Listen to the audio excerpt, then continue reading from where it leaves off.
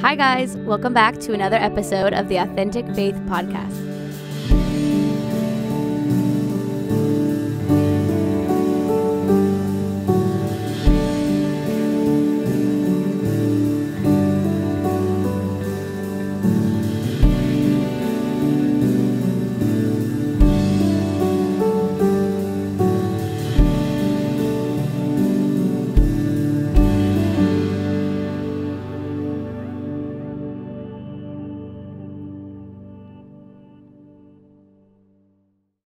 Hi, guys. Welcome to the podcast today. Hi. Hi. How was your weekend? It's good. Mine was good. Do you want to go first, Sean? The weekend was, this weekend Come on, was sure. great. Yeah, Super really? chill, super kick back. What was your highlight of the weekend? Definitely the baptisms. Ooh. Anytime we do the last Sunday of the month baptisms, that's always a blast, especially when people get an opportunity to be baptized in the ocean. My baptism was very special to me, but now that we're baptizing people in the ocean, I wish I was baptized in the ocean. It beats the little pool that I was in. But yeah, so that You was can always definitely a go highlight. again. Yeah, I've heard Double that. dip. I've heard that doesn't actually do anything. Might have do it for tried. fun. It's a symbol. I did it twice. I don't know. I I did it twice too. I was raised in an Episcopal church, and they my dad will hold you as a baby and then scoop water onto you like that. That's It's you know, cute. there's Super a photo, tender. There's a photo of it somewhere. Yeah, but when I heard that they would dunk people as an Episcopal, little kid, I was just like, what? That's want in. aggressive. What? Yeah. But no, then I got baptized again 2 more times after that, so I have to eat my words. Oh my God. I'm 2 more sure. times. It You was really very- needed it. No, Hold no, them under yeah. longer. Yeah. That was a good one. It's good. Sunday was fun. I got fried at the beach. It was good though. What was your highlight? Matt? I've just been working. Okay. I've been it's a working highlight. away. Yeah, we moved my trailer. You moved your trailer. I moved. We had to. So for those of we had to. My trailer was parked in a backyard that was fully gridlocked, and so to get it back there, I had 9 or 10 of my friends come over, and we all moved it by hand, and picked it up, and this is a 20-foot 1960s canned ham aluminum frame. That's crazy. But a steel frame trailer. Do you know what I mean? The trailer is steel, and then the trailer on top is aluminum and stuff. But it's 20 foot and it weighs a lot, and so we moved it by hand, and it was crazy. And then we had this time. I was like, okay, we got it, and then we got to move it out. And there were less of us. Dude, He invited me. I was not available. yeah, most of my friends were like, no, I can't. Some reason, I can't tell. I don't know why they couldn't make it, but yeah, no. But we didn't have enough people, and then we were like, I don't know if it's gonna make it. And then my friend Braven, he came in like in the 11th hour, Nice. came in. He's a work buddy, and he comes in and it was just a miracle, dude. We're like, oh, we got this and stuff. That sounds Anyways, fun. dude, it I hope worked there were, out, I hope dude. there were videos of that. There were not. We were too focused on working. Like I said, I watched the trailer go by. That's I was standing on the avenue getting tacos That is for crazy. our core group or something, and I look up eating my taco, and there goes. I was like, hey, that's Matt's trailer. The green on the bottom. Like, what? Oh, they're moving it. Okay, cool. And then just went so quickly. I didn't get to capture it, but That was I do have a video of me in the truck with the trailer behind it, because that's like- cool. That's epic. You yeah, have to. Yeah, it was at least it was, one. it was At a big least one, moment for yeah. me. You know? Wow, Yeah. that's perfect. But the house is sick, so that's There a you good go. that's a good highlight. That's so good. Yay. We're talking about dreams today. Not the sleeping dreams, but alive dreams. What do you call those? Expectations, goals, aspirations, desires in your heart. Ooh, lot to say about dreams. Okay, who wants to start? Was this a dream of yours to see you're moving into a house now or something? Yeah, of course. That's, Okay. I mean, that's not. I feel like that's on a smaller caliber. Yeah. Hey. I mean, It's there's okay. levels I think that you might Ooh, get into. let's go you know? there. I have short-term dreams, but Okay. I do have big long-term Yeah. dreams. When you're asked as a kid, you're like, what do you want to be when you grow up? Like, I feel like that's the first introduction to like, I'm supposed to think about that. Like, you know what I mean? Like, what? Seriously. And then you come up with ideas but like, yeah, getting moved into a place that's like, actually, this is kind of cool. So I don't know if I should get into the whole story of my like living situation. Long story short, I was displaced for a while. That's why I bought the trailer. Lived in it for like 8 months or so. Dang. Which actually was pretty luxurious. You know, it's pretty sweet. Living at the beach. You know, it was a little beach shack. You know what I mean? Like when I moved out of the house that I was living in before, I was like, all right, Lord, I want a big backyard. I want a garage, and I want a house. Like, I don't want like an apartment. I don't want to share a bedroom. Like, I want a house. Like, and if you know, like, I mean, most places are like this right now, but like Ventura especially is like the living situations are pretty gnarly. Yeah, it's really, all those really... things in one place. Nah. Yeah, it's hard to find that. And yeah, a long time went by, and I was living in a place where I was like, I don't have that. And like, I was like, is this an unanswered prayer? Like, did God not hear that? Like, whatever. And I was like, even at a point where I was like, you know what?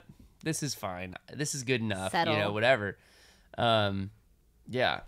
Randomly, my buddy goes, hey, do you know anybody that would want to move into my house? I was like, what? It's like, I do. I was like, Yeah. You know, at me, and like, dude, huge backyard, place, and a place for the trailer. Literally like a spot you can drive up, and That's crazy. Detached garage. You know, it's crazy. Bingo. It was exactly what I was praying for. That's cool. That's cool. See, Sick. he comes through. But why so long? I was impatient. I know. You know. See, that's the topic today, though. John you Will go. is here. John Will in the house. I didn't mention we have John Will and Matt Reeby. My bad. I'm Mariah McLeod. We can edit that. If you didn't know. We're all good. There's like, if you didn't know, now you know. Spliced. Yeah. Spliced in. Yeah. That's all good. Oh, okay. What are you dreaming for right now, John? Currently? Currently. Ooh, big question. I know. Big question. Big answers. Currently, so obviously my role as the youth pastor is I'm dreaming for the youth. I'm dreaming for what the Lord's doing in that youth ministry. Wow. Praying for those kids. Obviously, you want to see more students coming in. There's no doubt about that. You're always praying for more students in, not because it's a numbers thing, but because it's a souls thing. And you know, every kid that comes in, they're being impacted by the gospel. They're being impacted by Jesus. Let's just lead them and guide them for the rest of their life. So we as youth leaders and our mission and our purpose in that youth ministry to see kids just experience Jesus, know Jesus, fires us up. So there's definitely dreams within the youth ministry for sure. I'm also a part of an incredible company here in Ventura, local startup, nationwide service, but it has just been incredible to be, I think I was employee 8 and now we're pushing 170, 180-ish Wow. in just about 3 years. So you talk about dreams. I'm around these guys and these leaders that are just dreaming and believe that this can be like, you know, the service we provide can be the biggest in the nation. Wow. So when you get into like my goals inside of, you know, work life too, I definitely have those dreams. And then, yeah, then we all have like personal life and dreams. Where as go well, there? you know? Yeah. Then we all get those. Too. The youth, you've been like steady the last three years. Yeah, just 2 about 3 3 years. now, yeah. Like just from kids that were barely in junior high. I remember at the Goodyear building, our old building, and it was like, do we even have junior hires yet? And you're like, I'll take them all, whoever we got. Yeah. And that was like our family members' kids, and now I guess that's family members' kids, our church members' kids, and now it's just like booming, and you need more help. Like you're getting more help, but just like steady with a little bit. It's like exploding right now. There we have a skate ramp. We got basketball hoops. If you wanna blow up a youth ministry, get a half pipe. Half pipe. That was definitely 100% from the Lord, and how that showed up, how it came, and even the idea of like, we actually have nowhere to put this in this church at all, or what are we gonna do with it when construction starts and those type of talk about dreams. Yeah. But none of that matters. Yeah, Because it's like, all right, the Lord, if you season. provide it, we're just gonna say yes to what you're providing. That's really good. And you talk about youth ministry in the beginning and dreaming over it. When we first started this youth ministry in January of 2020, the Lord provided 10 just maybe under 10 middle school girls, and maybe one or two middle school boys. And before this, I'd helped and served in youth ministry for a while, high school, those type of things. But I'd also just stopped coaching varsity football at a very high level. So I went from like coaching 17 and 18-year-old young men to now doing ministry with 6th grade girls. So you want to talk about being stretched and just allowing the Lord to work in you. That's awesome. And move. That's so awesome. And you dive into that. But even in March of 2020, the world shut down. So how do you lead a youth ministry? How do you lead a church in general? Obviously, Brad has done such a phenomenal job with dreaming over this church and pursuing what the Lord has spoke to him. So very similar to what's happened in the youth. It's crazy. Yeah. That's good. I'm like, what question now? I feel like I should. Okay, what personal dreams do you guys have? What dream, or talk about it, have you wanted and you haven't seen it? Like you were talking about, like, long awaited, praying for your backyard and you saw it come through. What's something you guys are still waiting for? You're like, yeah, I don't know. Something you're waiting to see, or you, like, I can speak, like, there's a season and I felt like I was in a wilderness season. And I think I'm just coming out of it, of like trying to figure out my dreams, trying to learn how to dream. Do you even care about my dream? Because it feels like it's dead right now. Like just that wandering and wondering with him in the wilderness is a real thing. And like just saying yes to the next thing. But what is something you guys are like waiting for? As personal as you want to get, you can get personal. I think, or if you're seeing it all fulfilled. Yeah, I mean, I've always got like a growth mindset, you know, and like what I do, and I put my feet on the ground, and when I wake up and get to work, like I will not feel like I've been successful in that day unless I've moved forward in tangible things in front of me, because I've like recently I have been seeing that the Lord is not like, I mean, he obviously is far away and doing bigger things than what I can see, but like God is always right here. Like he is within like what you can see in that day. That's good. You know, Present, because I think that like there are beautiful sides of the Lord where it's like I can see him in all his vastness and glory and beauty, but like you can also see him in like this conversation right now. You know, you can see him in like our friendship and like our like, you know, like our community and things that like you're doing. So it's like if you have that perspective of looking at the things that are in your life that God placed into those things, like that will connect the dots to what it is that you want to like, what you want to see. That's so good. Enjoying the moments in front of you. Yeah, and holding reverence for those moments, to be like, these moments are going to make a bigger moment down the line. Like, what is your life but a like a line of moments, you know? Yeah. And if you have your head in the clouds, you're gonna miss what's happening in the dirt. That's so good. There's this book called Every Moment Holy. Have you read it? And it's like a book of liturgies for every moment. There's one for like, I don't know, cooking. There's one for waking up in the morning, sunrise, sunset. There's one for nursing your baby. There's one for like literally like so many things. And it's like enjoying the moment, and it's holy. Even that moment is holy, and like grace for that moment. Like married life, single life. It's like goes on and on. It's Dude, so cool. There's actually the dirt thing there. Like that just, I remember this old, I don't remember where I learned this because I'm not Jewish, but it's a Jewish saying apparently about like rabbis and disciples that follow the rabbis. I remember, I think it was like a Rob Bell like a Numa video or something that he had said that there was a Jewish like adage or something like that you would say, let you be covered in the dirt of your rabbi. And like, because the call of a disciple was to follow a rabbi Yeah. so closely and like Dang. do what they do and mimic their movements and follow them, and they would leave everything, and like that was like an honor to be covered in the dirt of your rabbi. Because you're following so closely Yeah. also. Yeah, it's just interesting to me that I like feel like I remember that. yeah, that's why I've been like stoked on like going back to the ground and like being closer to what's in front of me, as opposed to being so That's cool. whatever. So, but yeah, it's the days right now Yeah. for me. That's good. Yeah. I feel like I'm the opposite, where I'm very just in the moment present, and I don't. Brad would kill, like, he hates that I say this, but I mean it in a way, like, I said this in the like first or second podcast, but I don't, like, I'm not someone that is thinking future oriented. I'm a present oriented person, and past. Like, I think about the present, and I love the past. And the future, I'm like, it's gonna come. Yeah. I don't prepare for it very much. I'm not like thinking about what's gonna happen unless it's like spiritual for our city. Then I start getting eyes for it. But like my own life, I'm not. I'm very much like a present minded person.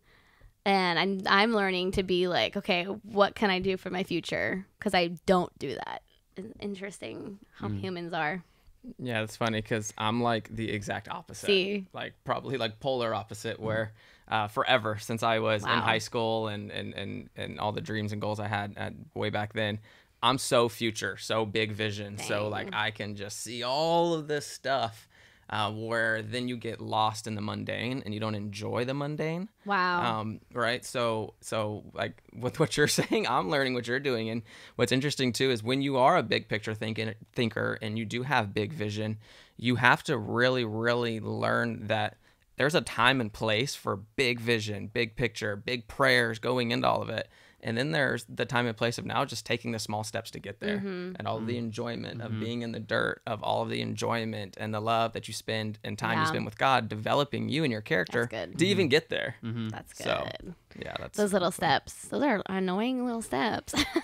Well, good, though. there's importance in both sides. Like, Yeah. not to Exactly. like put in any like weight on one side. Like Yeah. what you're saying, like that's not a negative thing, or one side is not better than No. the other. It's like you have to have both. You know, you have to like give your dreams to the Lord and Ooh. like let everything go, and Yeah. like, but still like calibrate who you are in those That's things. so Because good. when God does it, it's like if you forget about it and you just stop doing the big picture stuff, then when God does it, you don't go, oh, you know, like Yeah, lose your mind. exactly. Like I said no to a tour this next month, That's right. Yeah. and like Do you feel like you were like surrendering that? Like, okay. so like a little backstory on me, like that was like my area, like my dream, my like that would have been my answer. It's like if you had asked me like 5 years ago or 6 Wow. years ago, like I would be like, that's like when I graduated high school, I was like, I want to be on tour, and like I stepped into that, and like me and some friends started a band, and like we're touring and you know doing small stuff, like whatever, and it was like at certain points it was like ramping up like this, and then like I jumped into another band, and like that got a little bit, you know, I played bigger shows a little bit, and then played with people that were like a little bit more renowned, and just kind of like Trying to get there. warming it up, you know what I mean, and like going like this. But then like I kind of recalibrated and was like, you know what am I doing in this thing? Like what am I chasing in this? What's my prize in this? Like, is my prize like the thing that God has already been giving me and working in me and like doing in me, or is it something that like my identity will be like fed? Like I just felt like I'm feeding myself. I'm trying to like feed my flesh and not my soul doing that. I would get home from tours and I'm like, dude, I'm not building anything in my life. Wow. Like I had less in my life from doing that, chasing that. Anyways, and like dude, the idea that I would have said no to a tour like that, like it was just, it doesn't make sense, you know? That's crazy. But it's just a realignment of like what I want in life, you know? It's like if I got back from that tour and it went really well, like what's next, you know? Or if I got back from that tour and it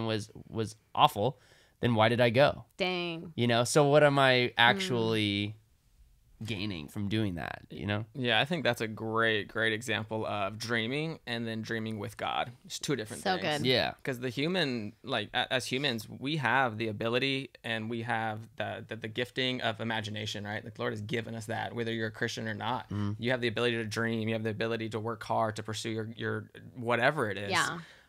But then when you become in alignment with God and God's purpose for your life and your relationship with him, and he begins to call you and pull you, next thing you know, there's like dreaming, and then there's dreaming with God, to where now you can say no to those old things and those old dreams. And you're like, okay, God, like I have way more fulfillment in just being with you doing this. Yeah. That's so Where are good. you taking me? What are we doing? And then you start dreaming with God, and dreaming with God is Yeah. like It's even bigger. 10 Well, times more fun. And It's way bigger. I never once had to give up being a musician. Like, it's like on Right. the contrary. Right. Like, I am in a place where we were told by our sound guy, we're meeting at the Ventura Theater right now. Our sound guy recently told us that we've been playing the Ventura Theater more consistently than anyone in history. Let's go. We played that venue more consistently than anyone. Yeah. Like That's so funny. know what I Every mean? Sunday. Yeah, every Sunday, loading, and it's a different capacity. Like I'm not like, rock star rock band, Right. kind of like whatever. Like, but I didn't really like that. I didn't really want that, and That's cool. there's a word clout. You know what I mean? Do you guys know what Yes. clout means? Yes. You like that. I'm not chasing that. I'm Yeah. not fed by that. I don't feel satisfied by that. Yeah. What I do feel satisfied by is like putting people's attention back on something bigger and more worthy of impactful, it. more worthy of it. I'm not worthy of it. I can't So do good. anything with anybody's attention. Dang. What a shift. Dude, crazy. And also your season of like not being, well, you're in a band, you're still in bands, but like not going out and performing. I feel like God's done so much in that time in you, but also in our church, and like you being present here has like, we have the studio, like we're Yeah. here because you are here.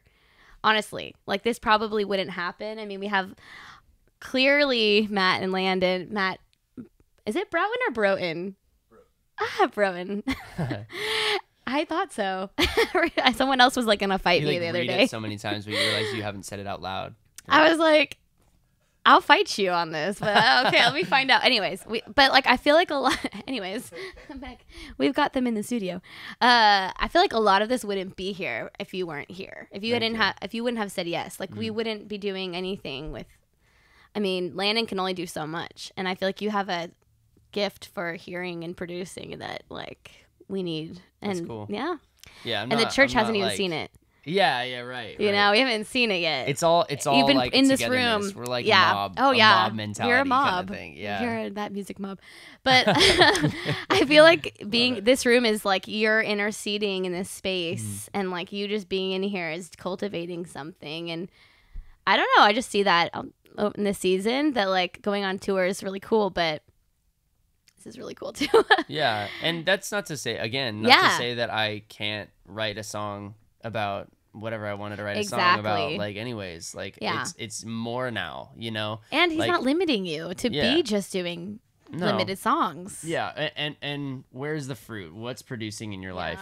Like when you're working on something and you're like tilling the soil and working on things, you still have the bigger picture in your head. Like That's like a good. farmer doesn't just like till Ooh. soil because he loves to till soil. He's got fruit in his head. Yeah, he's like, thinking about I'm- what's to right. come. I'm imagining That's- the grapes that are gonna grow from this. I'm gonna like sit in 100-degree weather, like That's just so working good. on. Dude, my first job when I was 14, I was pulling leaves off of vines of my so fun. grandpa's ranch, and like to expose them to more sunlight because they wouldn't get the sugar that they needed. Right. So I Whoa. would literally be sitting there for 8 hours a day pulling leaves. That sounds like the as a ideal 14-year-old. job. I'm just gonna say. I think No. that sounds so great to me. No, I don't know if it's the ideal Put on job. some sucks. music and just like poop. Dude, no, it was terrible. Is he hiring right now, Matt? Yeah. 'Cause Yeah. Mariah's I'll looking. give- I'm ready. I'll give you your number. I'll go Mariah's prune your looking. fields. Yeah, but like what came from that was Yeah.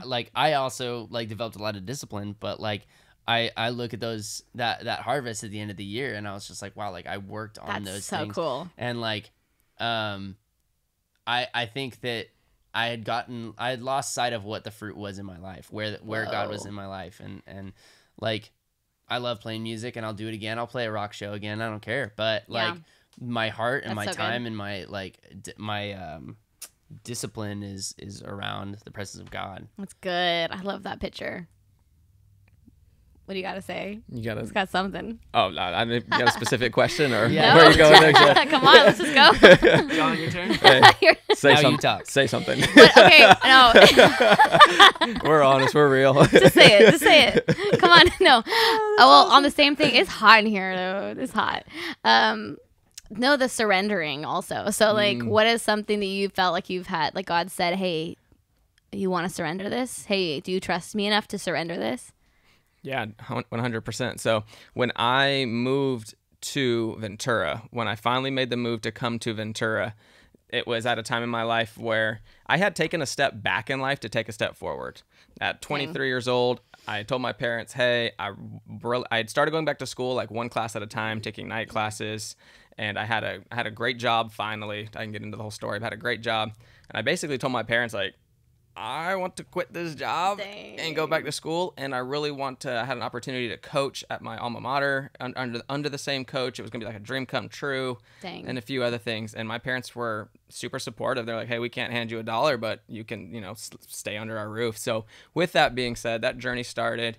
I was just working these crazy oddball jobs. That's where I started with the handyman stuff, making no money at all. But I had an opportunity to coach football, and I loved it. I just my heart was really there for everything that was involved in that. So when it was time for me to now, I graduated junior college. What am I going to do? Where am I going to go? Ventura was on the radar for a couple different reasons. And in order for me to say yes to where God was taking me, I had to now submit and like totally surrender my dream and goal of coaching and all of that was involved. So that was very, very difficult for me because it was one of those things where I was like, Lord, my heart is here. My heart is for this school. My heart is for this coaching staff and the mentorship. My heart is for these kids. Here's the thing too, is when you're working with kids, there's more kids that are coming up and you already have relationships with them. If they're 9th grade, 10th grade, if you're coaching the 11th and 12th grade, you're building relationships with them. So you have to surrender all of it. But with that being said, I remember really going to the Lord and just feeling this pull, like this pull that just, it's like, all right, this is where you're taking me and I have to say yes to where you're taking me. And, those around me now would probably say that like, it's definitely confirmed that the Lord has brought me here. And, For sure. Yeah. So that was definitely one example of having to really, really surrender something where your heart is in deep. Wow. And the list goes on and on and on. Yeah, Let's be honest. The 'Cause Lord's it's always continual. telling you. Yeah. You're always surrendering and like trusting him with your dreams or just like whatever your workplace, wherever you are. I remember I was on an airplane in Mexico and I was living in Mexico and I think it was like my 3rd or 4th year in Mexico and I was on the plane reading a devotional. I think it was like Utmost for His Highest or, Oswald Chambers. A great one. And all of a sudden reading it, I felt like he was like, hey, pay attention to this. And it was asking like, ask God what you need to surrender, what he wants you to surrender in this life, or like, can you let go of these things, and ask him what they are. And so like, I just sat there on the airplane and I asked him like, okay, what should I surrender? Like, what can I surrender to you? What am I holding on tightly to? And I just started going down the list, like my parents, all these things that was like easy. It was so easy at first. And I was like, oh yeah, I surrender that easy. Like, oh yeah, it's yours. And then all of a sudden he's like, will you give me Mexico? And I was like, oh, the blanket's going over my head in the airplane. Let me just have a moment. And I like started crying. I was like, okay, shoot, if you're asking me, that means you've prepared me. So like, I trust you, but give you Mexico.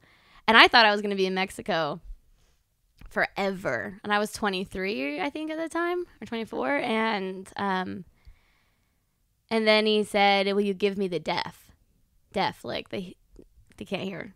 And I was like, what? Like, that's my identity. I'm a missionary to the deaf. Like, why would I let go of that? And I said, yeah, I mean, okay. So I sat on the airplane in like going back to Mexico to do my, like, I'm a missionary to the deaf in Mexico. And he asked me to let go of it. And it wasn't in that moment. Like, it wasn't like right then and there, I'm done, I'm quit. It was like if it comes, will you let go of it? Be ready for that. And so I said yes. And then the time did come, I think 2 years later, and I was like prepared. I felt like, okay, you told me this 2 years ago on the airplane. You asked me if I could surrender, and here I am now needing to surrender this and wanting to. It's like you want to because you know the next thing is really beautiful, but also the pain of letting go of an old thing, you know? So yeah, I want to ask you, do you feel like when the Lord asked you to asked you for Mexico, or like, would you give me the deaf? Would you give me Mexico? You said that specifically he didn't ask you to quit it, right? That's kind of, I want to hear like what the clarified like kind of version of that. Like, it's not that he asked you to leave and stop doing it, right? Yeah. It's that he asked you, would you? Yeah, would you? Right. Would you? Yeah, it wasn't like, will you leave Mexico now? It was for sure, would you surrender to me, Mexico? And it was like I positioned my heart for it. It was like in that airplane, I said, okay, it's coming. It's going to come. I'm not going to be here forever. It might be 10 years from now. It might be next year. It might be next month. But right now I'm here. But like when time comes, will you let go? Yeah. And not fight it? Yeah. It's like he asked you, like, is this mine or is this yours? What's your identity? Are you doing this because it's to bring glory to Mariah's name? Or are you doing this to bring glory to the name of Jesus? Yeah, like, totally. Yeah. And that's so consistent through, like, I feel like all of our lives that the Lord asks us. He's like, is this for me or is this for you? Yeah. Like, and we can do what it is that we want to do for us. You know, it's going to be a lot more of an uphill battle. Totally. You know what I mean, we're going to do things that are like pointless and stupid and waste of time and whatever. But like in the kingdom, nothing's wasted. Yeah. And it's, I love that you say consistent, like the Lord is consistent in that, because it's consistent in scripture too. Yeah. Right. When we look at Abraham and his son, you know, how that was his greatest desire.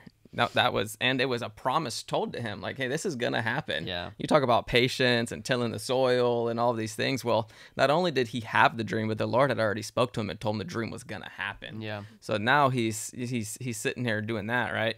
Well, because he didn't. Well, I don't want to say didn't surrender it. I'm sure like all of us, we have times of surrender, times of grabbing, times of surrender, times of grabbing. Maybe that's just me. I don't know. But no, for sure. Definitely. So we see, you know, Abraham, times of surrender, times of grabbing. And when he grabbed, he just made a mess, right? Make a mess. So there's the surrender before it happens. But then he gives him, right, the promise. Then he has the son. And then he asks him again, now go surrender your dream now that you have it. Yeah. And it's just it's so powerful for us, because on one hand it's like we have these dreams, these pursuits, these goals that we want or desire and pursue, and we ask the Lord to work in it, and he's like, okay, great, like you're asking me for this, I told you to ask, keep asking me. Yeah. Will you surrender this to me?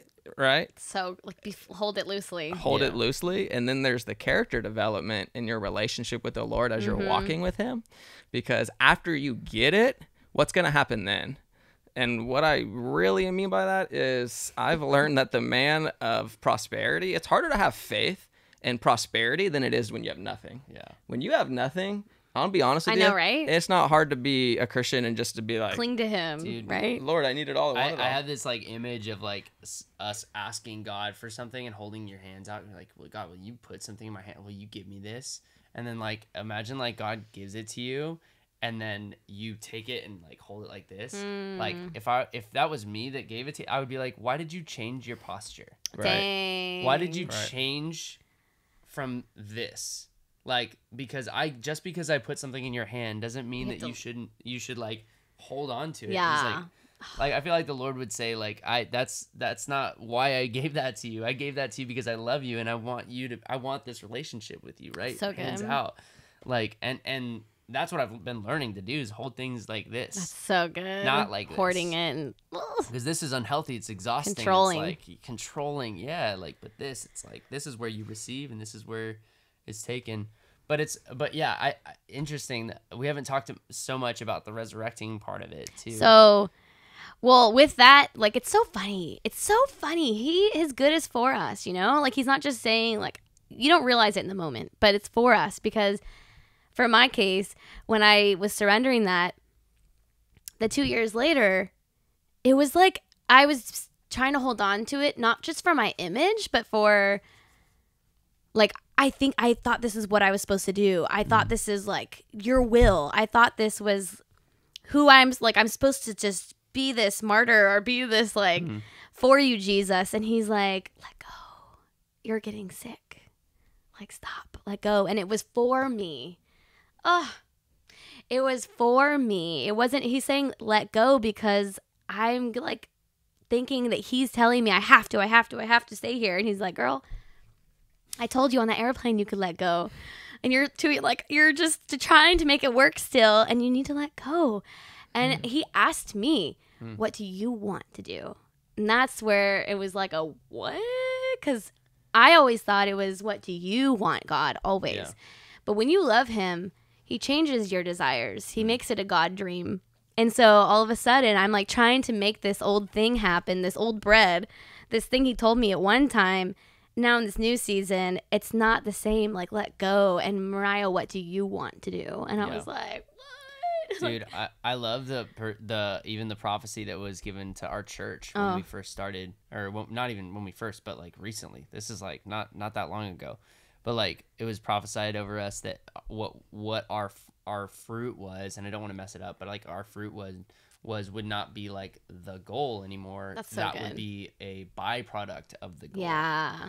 And it's like shifting what we wanted, because I think us as humans, we go like, I want to own a microphone, or like I want to own a guitar, like I want to own musical equipment that makes me, and when I buy that, I can tangibly go, now I have it. Mm-hmm. But like, because that's a way to satisfy me, and those are tangible things. So I think that we dream in a similar way sometimes, where we're like, I want to tangibly be able to go, I've arrived. But like, it's not, the arrival is not. There's more. There's more. There's way more. And God's purpose for us is way more than arrival. Yeah. Because God knows that we will never arrive until we're in the kingdom. Like that, we won't arrive on this earth. This earth is like a waiting period, a time apart. It's a passing period into eternity where we'll spend forever. And so the Lord is like, you want that one little thing for one little moment? Like, let me show you that will come. You're like, I have big plans for you. That's obviously good. Like that, it's like if a desire is in your heart, it's like he's put it there. He's put things in your heart to like desire and want, and tangibly he wants you to be excited about things. But those will come when you seek what he is doing, what he's seek the kingdom, right? Yeah, seeking the kingdom first. What are dreams you guys are seeing right now be resurrected, or you've seen anything? Oof. Or is it a waiting period still? Resurrected dream as in something that died and now it's coming back? Sure. Or resurrection. Right. Well, yeah, totally. I'm trying to think like, first? well, I'm thinking, Sorry. yeah, no, Sorry, totally. Well, I'm thinking to myself, like, honestly, any dreams that have died, I've let them die. Like, I personally am not necessarily somebody that's going to continue to pursue a dream if I feel like it's died. But I feel like if the Lord's on it, it hasn't died. And that's it. That's my perspective personally. That's good. So I'm not saying that there aren't people who have dreams that were given to them for the Lord, and now there's the season of development, the season of walking with the Lord for years and years and years, and then dreams do definitely resurrect 100%. Yeah.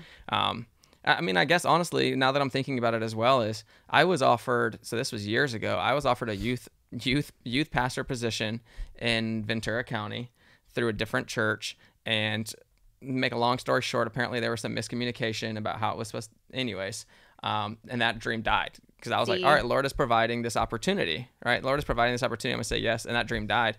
So when all that miscommunication happened and that did not work out, that was a huge learning lesson for me, because at that point is when I realized, all right, Lord, if I'm gonna pastor at all, it does not have to be in a church. It doesn't even have to, none of that even matters at all. Whoa. And I'm going to learn how to pastor in my everyday life. That's so good. And I think what's interesting about that is now, I'm a youth pastor at a church with a group of people that I did not know at all and all in of those Ventura. years ago, and in the exact same city in which the opportunity happened. So it's that mix of like, let me take back my statement a little bit on that mix of like, there's this idea that the Lord has given me this dream and I'm saying yes, I'm pursuing it, and it's this like perceived death of it, and it's like, okay, I am now going to completely surrender it, hands off, and I'm just going to go live, and then now to see it resurrected full circle, It wasn't even something I was striving for or asked for That's at exactly all. right. The Lord brought it full circle. And Yeah. it's yeah. It's in like I feel like the not striving for it. It's like, because he's like, surrender. If you're surrendered, you surrendered. Right. If you didn't, you're like Right. fighting for it. And he's like, let go. Right. But if you let go, he resurrects it. Right. He's the only one who can. Right. That's good. That's something I think I've learned big time too, is when we're striving, if the Lord has given us a dream, or even if we have a dream and we brought it to the Lord, if we're striving and trying to work so hard to make it happen, I feel like it's so much more like, knowing the character of the Lord, it's so much more of like, look, son, look, daughter, like, allow me to work, allow me to move. You just spend time with me and you work as hard as you can. Go knock on the doors, right? You got to ask, you got to seek, and you got to so knock. good. You got to knock, right? People forget about that part of the actual work that's involved. But allow the Lord to move. Allow the Lord to take you where you're going, because this door and this youth pastor opportunity has been tremendous, and exactly what the Lord has provided for me, and exactly what I needed. That's good. And it wasn't like this giant role, like youth group of hundreds and hundreds in a church that's a mega church. Right. It's like, we're like 20 people, hey? And then,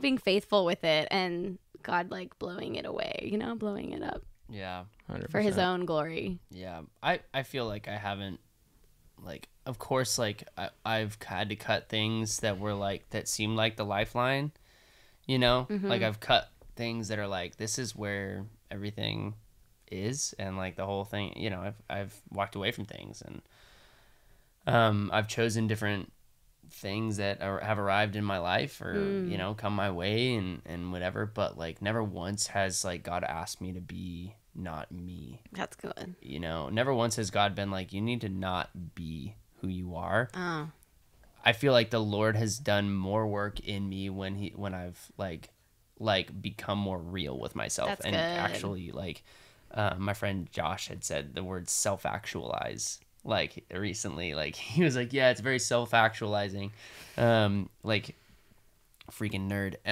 But like, it's good though. but I was like, I've started to say that a lot, where I'm like, oh, cool, like, there's this image of who I am in my own head, like, and then there's this image that everybody else sees of me, and are those connected, and then there's also this image that I see of me, and then there's an image that God sees of me, and are those connected, and I feel like That's the good. more that I leaned into the connection between the way that God sees me, the more I learned about what I actually am and who I actually That's so am. good. Like, why not go to the creator? Why not go back to the source? Why not go back Yeah. and be like, God, you made me, you designed me, you put these desires in my heart.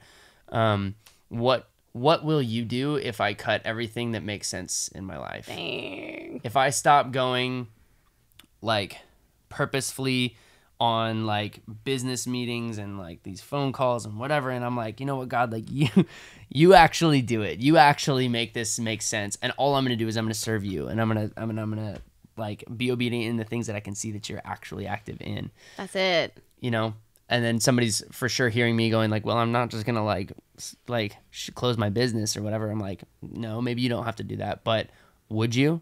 Mm-hmm. Would you? Like, is what he sees more important than what you see? Like, I've held on to things really, really tightly, and like, Yeah. good things Come have come, follow me. but bad things also, like, Yeah. so it's That's good. it's a dance, but it's a posture. It's all obviously like a consistent, like, right or wrong answer. Like, you could be like, well, is this the right answer? Is this the wrong answer? Is this good or bad or whatever?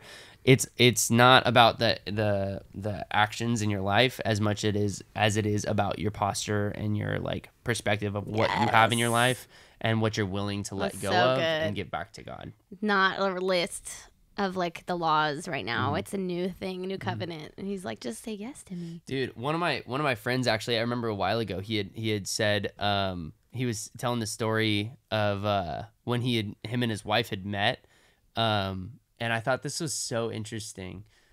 He had said that when they first met, they started to pray against each other because they didn't, like, separately.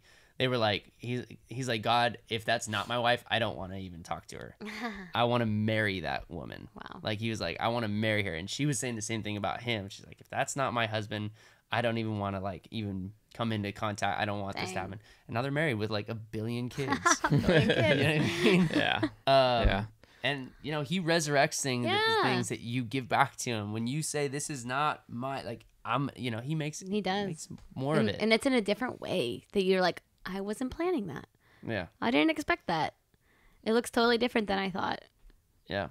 Yeah. And just to totally encourage those that may be listening and your dream hasn't been resurrected yet, I also wanted to just encourage perseverance and just continue to pray, continue to seek God, continue to sit with him. Because, I mean, I know for me, there are things that the Lord removed from my life, or asked me to remove, for me to remove them myself from my life. At the very beginning of my relationship with God. And I said yes to it. And it was like the most difficult thing I think I've probably top 2 or 3 at this point in my faith to do, to surrender, to let go. And then you're still waiting for now the resurrection of that. And it's been, 8-9 years, if not longer. And I know other people have stories that are even longer than that. So when we trust the Lord and allow him to move, allow him to work, he's going to work in the small things. He's going to work in the big things. But we have to just be sitting in a moment of trust and watch him do it. So, and I want to speak to the people that are afraid to even make a move to pursue any dream. Someone that like God's put a dream in their heart and they're just frozen, like because of failure. They're afraid to fail, or basically afraid to fail, and just like.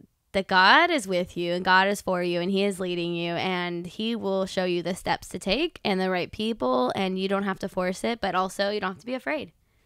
You can step out in faith, not fear, and go after it. And I mean, speaking from experience, fear is not God. Fear is not the king.